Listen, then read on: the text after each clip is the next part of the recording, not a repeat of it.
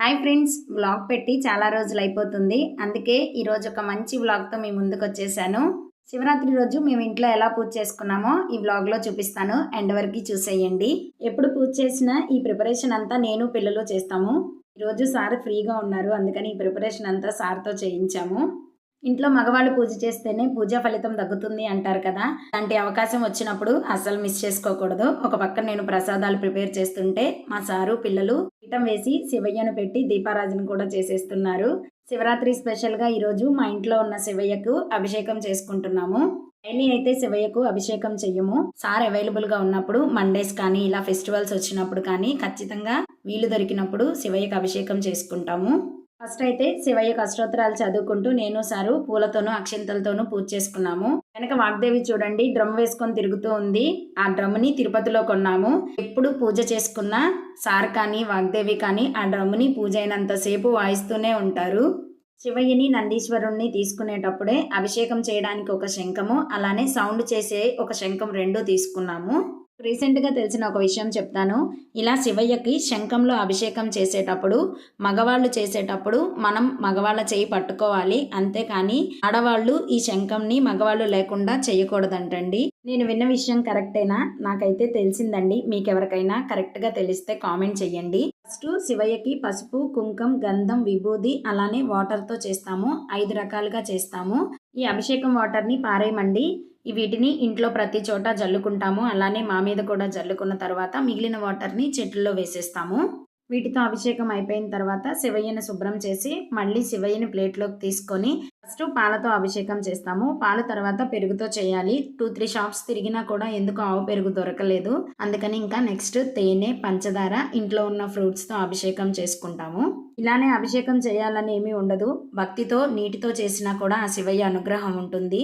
ఆ రోజు మార్నింగ్ అయితే మాకు బిల్వాలు కూడా దొరకలేదండి, ఈవినింగ్ దొరికినాయి. శివయ్య అభిషేకం అయిపోయిన తర్వాత మళ్ళీ శివయ్యను శుభ్రం చేసుకొని మళ్ళీ చిన్న పీఠం మీద శివయ్యను పెట్టుకొని పూలతో అలంకరించుకొని ఫైనల్గా హారతి ఇచ్చేసి శివరాత్రి పూజనైతే కంప్లీట్ చేసుకున్నాము. మీరు కూడా హారతి తీసుకుని ఆ శివయ్య అనుగ్రహం పొందండి. మనందరి మీద ఆ శివయ్య అనుగ్రహం ఉండాలని మనస్ఫూర్తిగా కోరుకుంటున్నాను. పూజ కంప్లీట్ చేసుకొని మా ఇంటికి దగ్గరలో ఉన్న శివాలయానికి అయితే వచ్చాము. అయితే ఇది టెంపుల్ కాదండి, లోపలంతా హోమాలు చేస్తూ ఉంటారు. బయట శివయ్యని, నవగ్రహాలు, వినాయకుడు ఇలా అందరి విగ్రహాలు ఉంటాయి. మనమే స్వయంగా వాటర్తో అభిషేకం చేసుకోవచ్చు. పంతులు గారు కానీ ఎవరు ఉండరు ఇక్కడ. ప్లేస్ అయితే చాలా బాగుంటుంది. మన ఇష్టం, మనం ఎంతసేపు అయినా మన ఓపిక అభిషేకం చేసుకోవచ్చు అన్నమాట. అక్కడే రాగి చెంబులు ఉంటాయండి, మనం వాటర్ పట్టుకొచ్చుకొని అభిషేకం చేసుకోవచ్చు. పాలతో చేయాలంటే మనం ఆవు పాలు తీసుకొని వెళ్తే సరిపోతుంది. ఈ ప్లేస్ చాలా బాగుందండి, అందుకే వీడియో తీసి మీ అందరికీ చెప్తున్నాను. గుంటూరులో ఉండే వాళ్ళైతే ఒకసారి వెళ్ళి విజిట్ చేయండి. అడ్రస్ కరెక్ట్గా అయితే బృందావన్ గార్డెన్స్లో ఉంటుంది. దీనికి ఎదురుగా వెంకటేశ్వర స్వామి టెంపుల్ కూడా ఉంటుందండి. ఇక్కడ వెంకటేశ్వర స్వామి టెంపుల్ కూడా చాలా బాగుంటుంది. బట్ వీడియో నాట్ అలౌడ్ అండి. వెళ్ళాం కానీ వీడియో తీయలేకపోయాను. బయట ఉన్న విగ్రహాలన్నింటికి అందరము వాటర్తో అభిషేకం చేసుకున్నాక దీపారాజన చేసి నెక్స్ట్ లోపల ఉన్న శివయ్యకి వాటర్తోనూ పాలతోనూ అభిషేకం చేసుకున్నాము. కుదిరితే కనుక మీతో పాటు పిల్లలతో కూడా చేయించండి, చాలా మంచిది.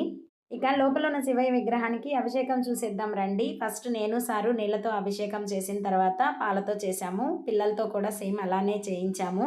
ఫస్ట్ మా సార్ ఈ టెంపుల్ గురించి చెప్పినప్పుడు పెద్ద పెద్ద టెంపుల్స్లోనే జనం ఉంటారు, ఈ టెంపుల్లో ఉండరేమో అనుకున్నాను, కానీ ఎక్కువే ఉన్నారు. కొంతమంది అయితే మొక్కుకొని మరి 108 టైమ్స్ శివయ్యకు అభిషేకం చేస్తూ ఉన్నారు. ఆఫీసులకు వెళ్ళే వాళ్ళు, ఆ ఏరియాకి దగ్గరగా ఉన్న వాళ్ళు ఒకసారి వచ్చి ఒక చెంబు వాటర్ని స్వామికి అభిషేకంలా చేసేసి దండం పెట్టుకొని వెళ్తున్నారు.